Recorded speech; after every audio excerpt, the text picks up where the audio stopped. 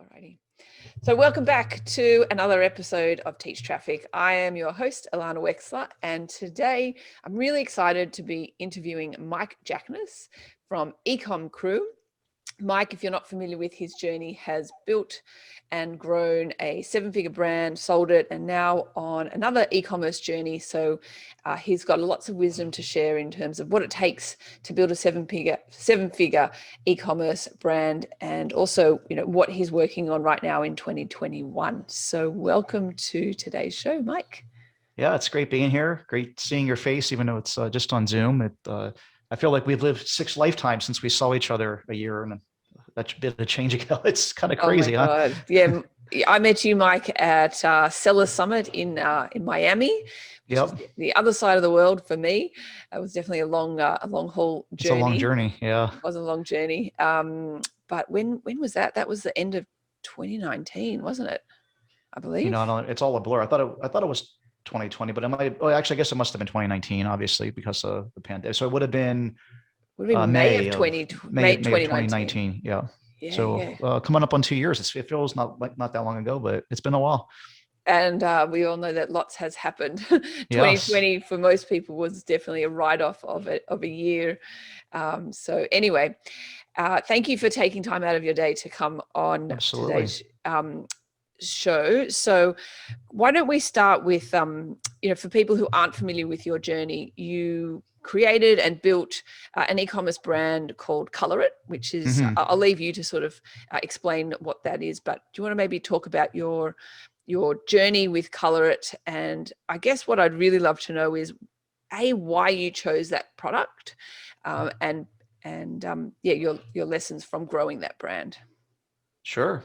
Yeah, I'd love to talk about it. I mean, it wasn't our first rodeo in e-commerce, which I think is important. You learn things along the way. I think life is kind of like a staircase. You learn some stuff, you go up a step, and kind of maybe plateau for a bit, then go up another step. And so our connected dots of that whole journey was, we were affiliate marketers that owned a bunch of keyword domains. One of them was treadmill.com, doing affiliate marketing. We're like, you know what, we want to get into e-commerce one day. We did that.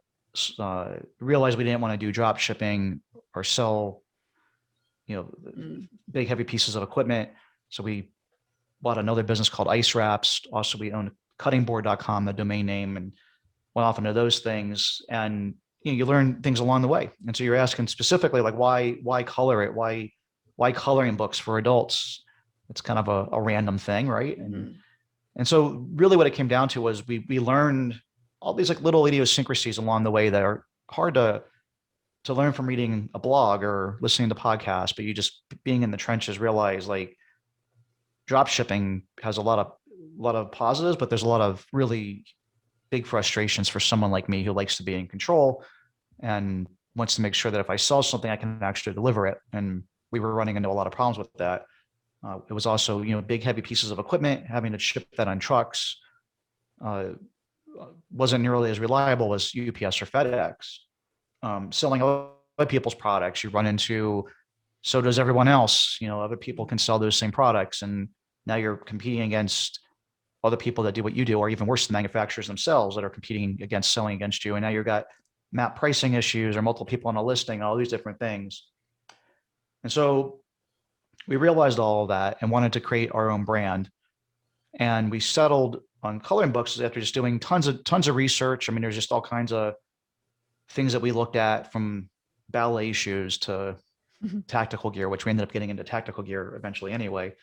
And wanted to fill the gaps of things that we realized were important, which were having something that was not necessarily brand new. We didn't want to be the first one to do something, but be able to make improvements in a way that were substantial enough that we could differentiate ourselves from everybody else in the marketplace. And so we didn't invent adult coloring, but we invented like these premium coloring books with hardback covers and high quality paper and a spiral binding, perforated pages. And we were able to do this by just reading reviews of what people were saying about other coloring books. It's like, man, I wish that this thing had a spiral binding so it laid flat, so I wasn't fighting the book closing on me, or I wish the paper were thicker, wish I could rip it out and frame it, all these different things. And so we just read reviews and figured that out. But the other things that appealed to us were the potential for high lifetime value of a customer. We were going to sell them a coloring book and it's consumable, which I really like. As you color one of the 50 pages, you've now colored 2% of the book, and you got to eventually go buy another one. Yeah. And so I really like that. And the last thing that was important to us was there being a direct audience of people on Facebook to advertise to. And so there's actually a 1 million person audience on Facebook of people who have kind of raised their hands, said, I like coloring books. And so all those things together were what got us into that particular niche. So you kind of went, so rather than having the idea yourself, I want to sell coloring books, and then doing the research, does this fit your criteria? It sounds like you went the opposite way. You sort of looked at what was selling, did some keyword research, did it fit the criteria of repeat purchase, and can you improve, and then settled on the coloring book. So it's almost like the product was secondary to some degree. For sure. Yeah, it was definitely, we were willing to get into just about any niche. So we were looking at lots of things, and we were crossing off way more things than you can only do so many things, right? So we knew we can only pick one thing.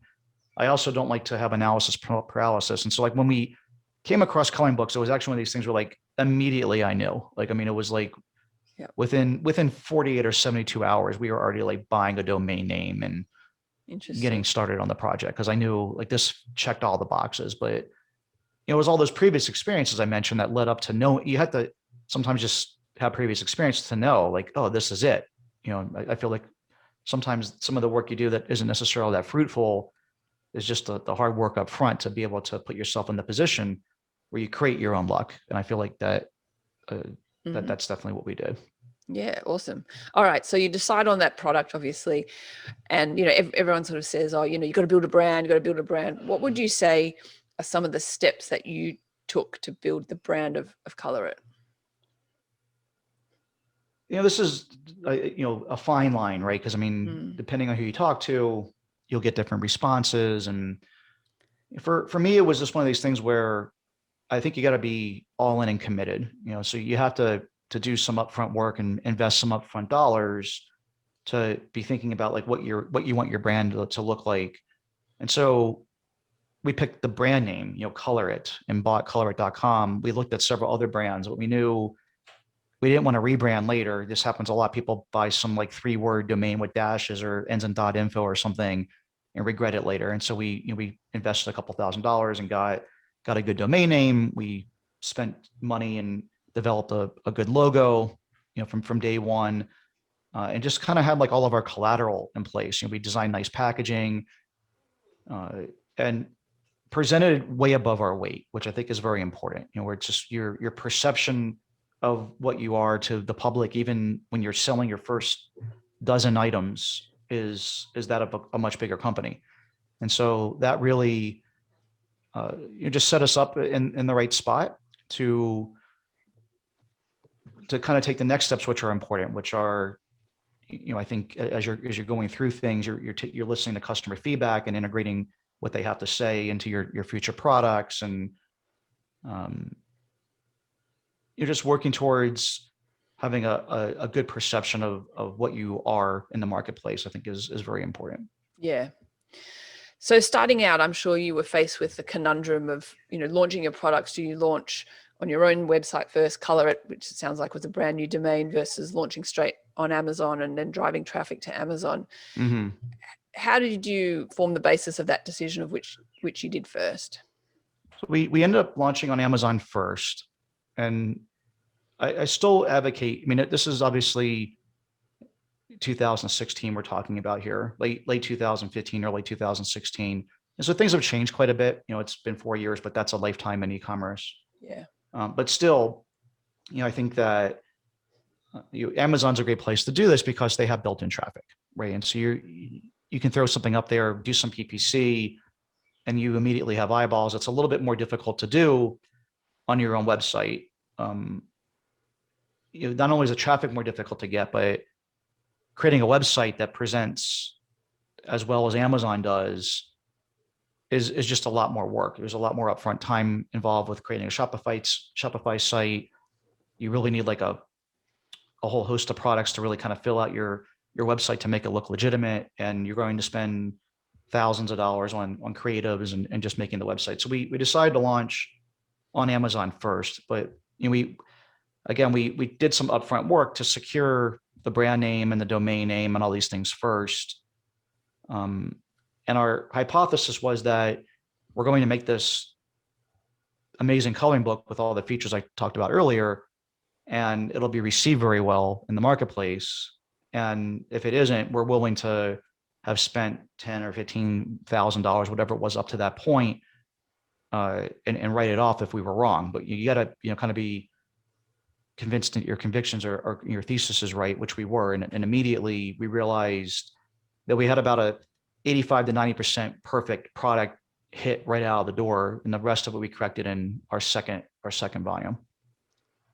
If you think, I guess we're launching that in 2021 now, if you were sort of going through the motions again with ColorIt, do you think you'd do that same strategy of launching on Amazon first? I do. Yeah. I mean, because of the things I was just talking about. I mean, we're past our non-compete. I'd love to go make another coloring book company again. It was actually quite a bit of fun. I think that it's a great niche. You can go, go do it all over again. And if I were, I would definitely launch on Amazon. I mean, I think that holds me back from doing it. I just think it's kind of the wrong thing to do, even though you are legally past your non-compete.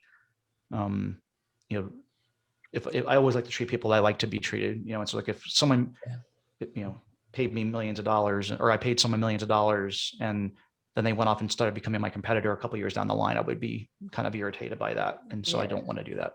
Yeah, fair enough. And obviously the end result and your journey with ColorIt is pretty well documented on your podcast, Ecom Crew, and you ended up selling that business, and you've shifted gears somewhat to, I know, tactical.com. Yeah. Do you want to maybe talk a little bit about how, I mean, because that is also starting from scratch. You must like taking on these projects from scratch, or maybe a sucker for punishment, perhaps. Yeah, maybe. I think I am. Yeah. And it's interesting because I do advocate buying a business. I think that, but I mean, we actually did just buy a business that we just closed on about 2 months ago as of recording this. Oh, congratulations. In a completely different niche. But I also do like starting things. So there's definitely something to that. And it also helps with like our community and stuff, because not everyone has the money to go buy a business. And so we like to just document and show people a journey of someone doing this from scratch. And so tactical, fits a lot of the same things that I was talking about. It's one of the things I didn't mention is passion. I think that's another checkbox you want. And so people are very passionate about coloring. People are very passionate about guns in the United States, and like prepping and survivalism and these types of things. And so having that passion like allows people to become your own advocate, and they do free social media promotion or telling a friend type stuff for you that you won't get in other niches. I mean, we sell ice packs, for instance, as one of our brands. No one's ever going to tell someone about how, hey, I put this ice pack in the freezer and it got cold. That's not really all that cold. But they will go tell their buddies about these tactical gloves that they bought that they really love, or these really cool trekking poles that they bought. And so we definitely like that. But our approach with tactical.com has been, first of all, we own the domain name, so it's another one of these, just like treadmill.com or cuttingboard.com. We had already owned tactical.com. Very nice. And I feel like, I'm sorry? I said it's a very nice domain. Thank you. Yeah, no, it's a great domain. It's kind of like the category killer, I think. And it's like, what are we going to do with it? And so we took this e-commerce approach of, well, let's make a blog, a content site about these topics, survivalism and prepping.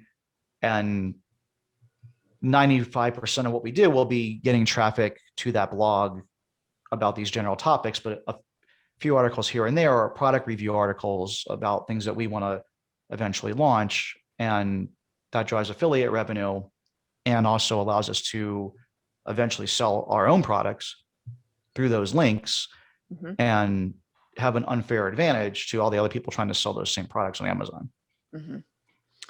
So I'm curious how you are really ramping up generating traffic to your blog. Is it purely just organic SEO, or are you sort of buying long tail keyword traffic and driving people to your blog posts that way?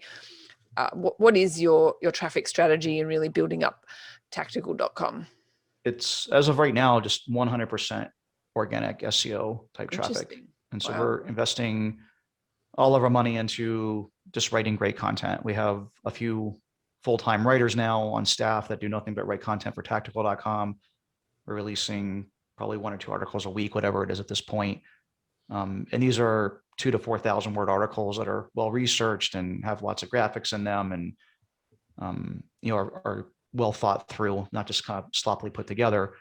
And the content does well. And as we continue to grow our traffic, it's all a numbers game. Some percentage of people will click through the links and buy our products. And it really just comes down to a numbers game there, where even just selling 50 or 100 products a month through those links really tips the scale in your favor when it comes to Amazon and ranking organically.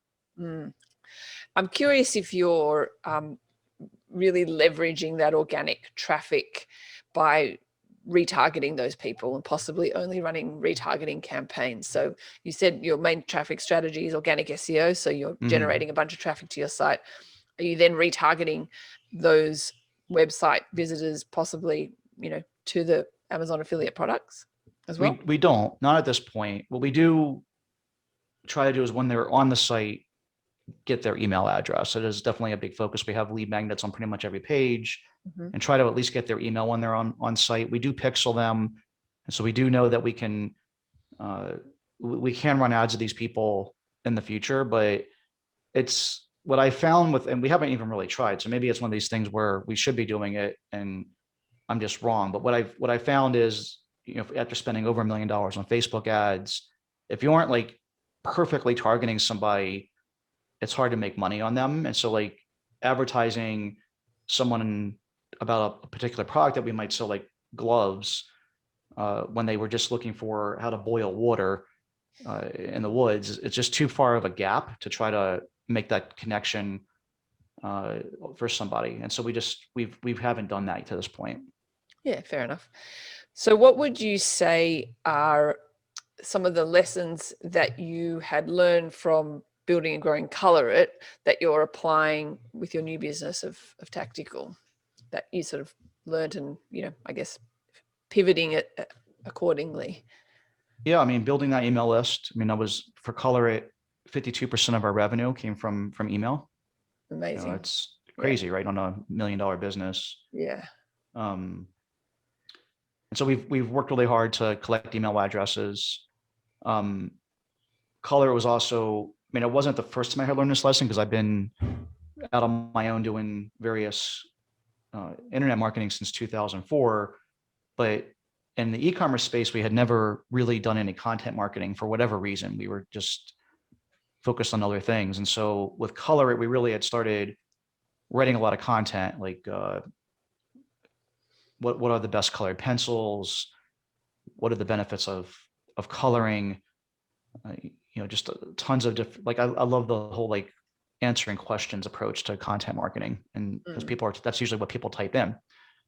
And we have applied that same thing to tactical.com. And so we have a lot of the like how, who, what, why type things on our website, and just really working on building organic traffic that diversifies our business. We now can run ads and collect money off of ad revenue, but most importantly, it helps us be able to sell our physical products. Yeah. I would imagine in the industry of tactical.com, my vision for it would be quite, it's a visual component, and therefore YouTube could be a really amazing traffic source for you. I'm curious if you're focusing on building out your YouTube channel and what your traffic strategy is with that. We are. Unfortunately, because of the pandemic, we haven't released a video in like 9 months, which is very unfortunate, because our office just shut down, and that's where it was all being done. Yeah, right. But before that, we were, and we will get back to doing it. We were very focused on YouTube, releasing about a video a month. Video is a lot more difficult to produce than written content, obviously. But we had a very strategic plan in terms of our YouTube content. It wasn't that we were just trying to get people to watch our videos from YouTube, but we found that implanting really good video content into a piece of blog content really helped that blog content rank organically significantly easier and better, because it really increases your time on page metrics and things of that nature, decreases your bounce rate, really sucks people in for a very long time. Yep. And so we had this like kind of cross pollination of, we would each quarter kind of strategically plan out, okay, this is the content that we want to write. And this is like the one video that we want to produce. Like, so we're going to write 12 articles, let's say, but we're going to produce one video. Like, what's the one video and what article is it? And how does that relate? And we really thought through how to kind of marry all that together. And it was working quite well. I think we were somewhere between 5,000 and 10,000 subscribers on YouTube. I've forgotten now. It's been so long since I even looked at it, which is hard to even get to that level. And and then, the pandemic hit. And so we produce all that content from our Philippines office. And it's very much a hands-on. They would go out and do a camping trip per month, a sponsored camping trip from the company. We pay to, get them a bus ride up to the top of the mountain or whatever they were going, and got them some gear and help them, be able to go out for the weekend and do these types of excursions, and then review products and talk about particular prepping and survivalism techniques. But obviously, again, with the pandemic, like, all that came to a screeching halt. So it's unfortunately kind of squashed our plans for that right now.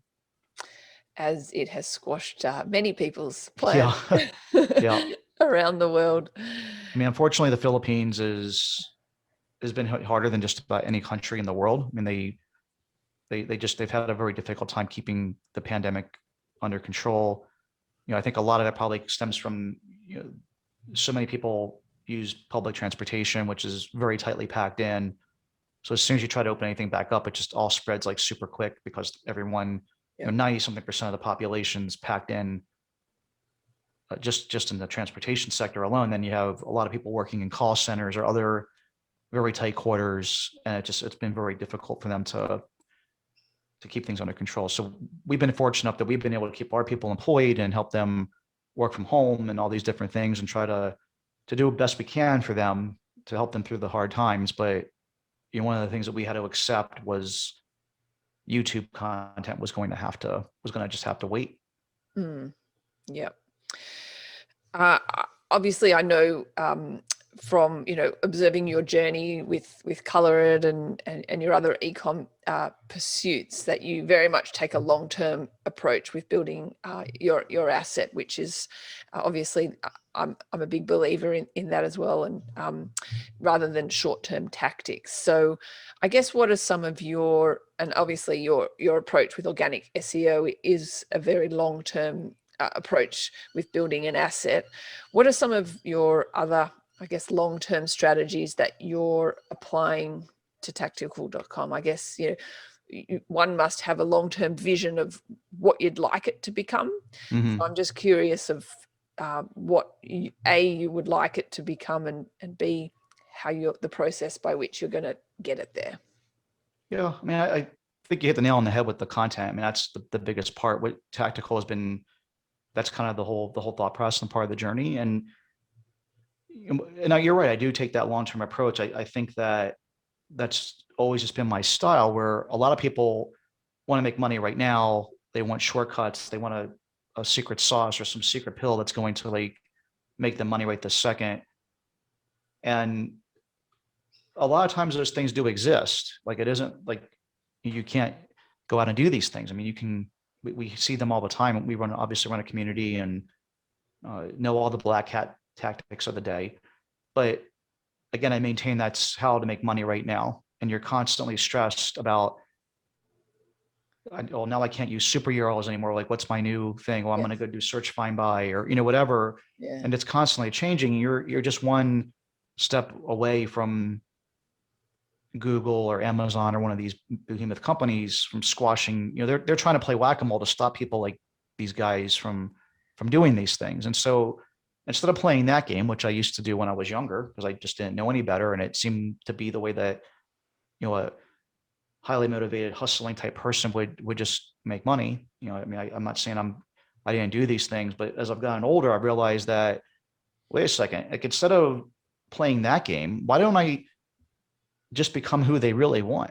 Like, if you think about Google, like their objective is to like stop having all this spammy, crappy content rank at the top of Google, like because it hurts the value of their company. They want to be the best search engine. They want to help people find the answers to questions. And so instead of taking an approach of how can I buy links or do like a PBN or use gray text on top of a white page to like hide keywords or whatever crap I used to do back in the day that actually worked to rank, like instead of spending all my time and effort doing that, why not like just write the best article about the topic that's like ever been written on the internet about that topic, put the effort into that and play the long game that way. And so that's the approach that we've taken. And we take that same thing we took that same approach with ColorIt. We have taken the same approach with Tactical, which is, having amazing packaging, for instance, for your products, which costs money and takes a lot of extra time to design, doesn't help you sell the product. You're selling it online. People don't even really see the packaging unless you incorporate it in your listing, which we do. But even then, it doesn't necessarily help convert your product that much. What it does is it helps you sell the second one, right? Because the person gets the product and they're like, wow, this is really nice. This thing looks like something from a Fortune 500 company and it's, just super high quality. And if they think that before they've even opened the box, then like it's a self-fulfilling prophecy and they're going to just want more of it. And so that's another part of the whole thing, right? Where you're trying to, continue to grow these assets. So to me, the assets are organic traffic, an email list, followers on social media, a pixeled audience, like people on your Facebook Messenger list. These things don't necessarily immediately and directly produce revenue for you, but over time, there's some hump that you cross in this whole game where instead of it being a significant amount of work and effort to generate momentum, the flywheel starts to spin on its own, and it almost becomes easy at some point. At least it feels that way. And so that's what we work towards. And the thing that's fun for me about that is that once we get to that point, we now have a very defensible company and brand because the average person isn't willing to put that effort in. And if they do want to do it, well, the barrier to entry for them is it's going to take them 2 years to get there, just like it did for me too. And so we think about things in those perspectives rather than just like, how can we snap a finger and make money today?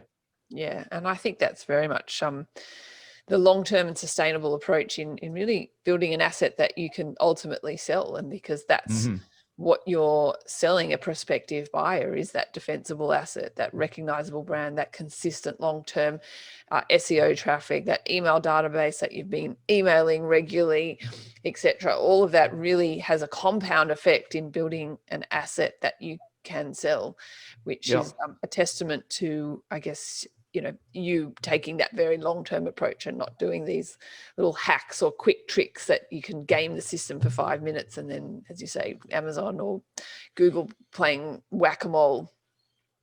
I'm mindful of buyers see right through that, right? And as you were talking about, like in the sale process, I mean, and so when we went to sell ColorIt, we had multiple offers in the first week.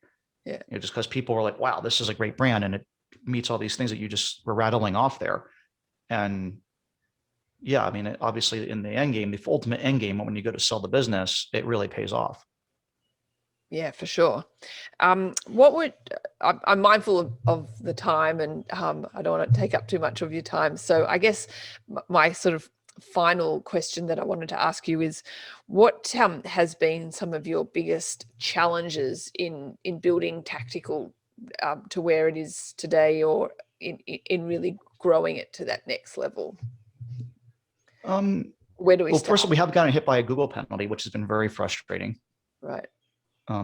It's actually the first Google penalty I've gotten since Penguin and Panda back in the day when I finally learned my lesson to keep on doing nothing but white hat stuff. So it's been frustrating. The December 2020 core update helped all of our other sites except for Tactical.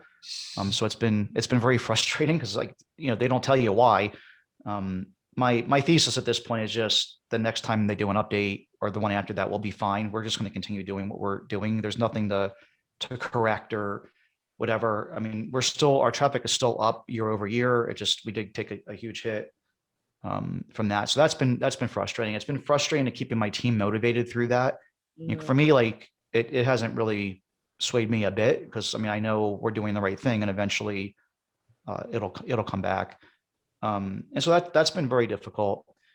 There's also just been other general e-commerce challenges, at the same time that we're dealing with as we're building this content site. You're dealing about, in the world of COVID, where supply chains got in really difficult.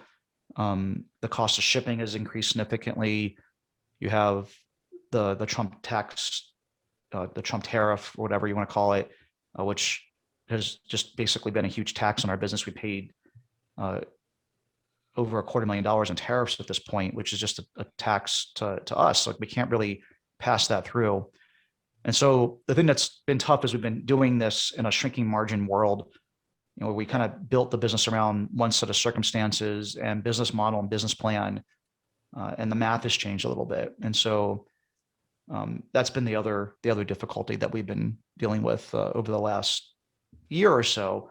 I do think that that ship will be righted. I think eventually the tariffs will go away. I hope that we get something in return for it as a country. I think that there's a bargaining chip there that we'll use to eventually get rid of the tariffs, because I think that the current administration probably understands the economics of this better and realize that it's not really good for Americans to have that tariff there. But they also, I think, realize that they can get something out of China in return. So it's not going to go away overnight, but I do think that they'll negotiate those out. That will help significantly. Hopefully at the same time, the world will get back to normal in terms of COVID, supply chain will come back, and then we'll get out of the penalty that we're in. Or if there's not even, there was no manual action taken. I'm not sure how in the SEO and stuff you are, like there wasn't like anything happened in particular. And like eCom Crew skyrocketed, for instance, traffic wise, we tripled overnight. And then we just had the opposite happen with tactical. So I'm not sure exactly what signal Google, got caught up in, but I am convinced that, again, it'll work its way out. Yeah, amazing. Well, you are a wealth of knowledge, Mike. Thank you so much for coming on today's show and sharing your wisdom. For our listeners who really enjoyed this conversation and want to follow more of your journey, where can people find out a little bit more about yourself? Yeah, I mean, everything is eCom Crew. So ECOMCREW.com, eCom Crew on iTunes or wherever you listen to podcasts, on all the social media things. It's all eCom Crew. And if you want to email, it's support@eCom Crew. So you got the blog, ecomcrew.com, to go read content, podcasts, social media, and email. Yeah, awesome. Definitely go check it out. I'm a listener of your podcast, and I think you produce some great content there. So our listeners should definitely go check it out. Mike, thanks so much for coming on today's show, and it was lovely to reconnect with you. Definitely. Hopefully next time we'll be in person. Yes, for sure.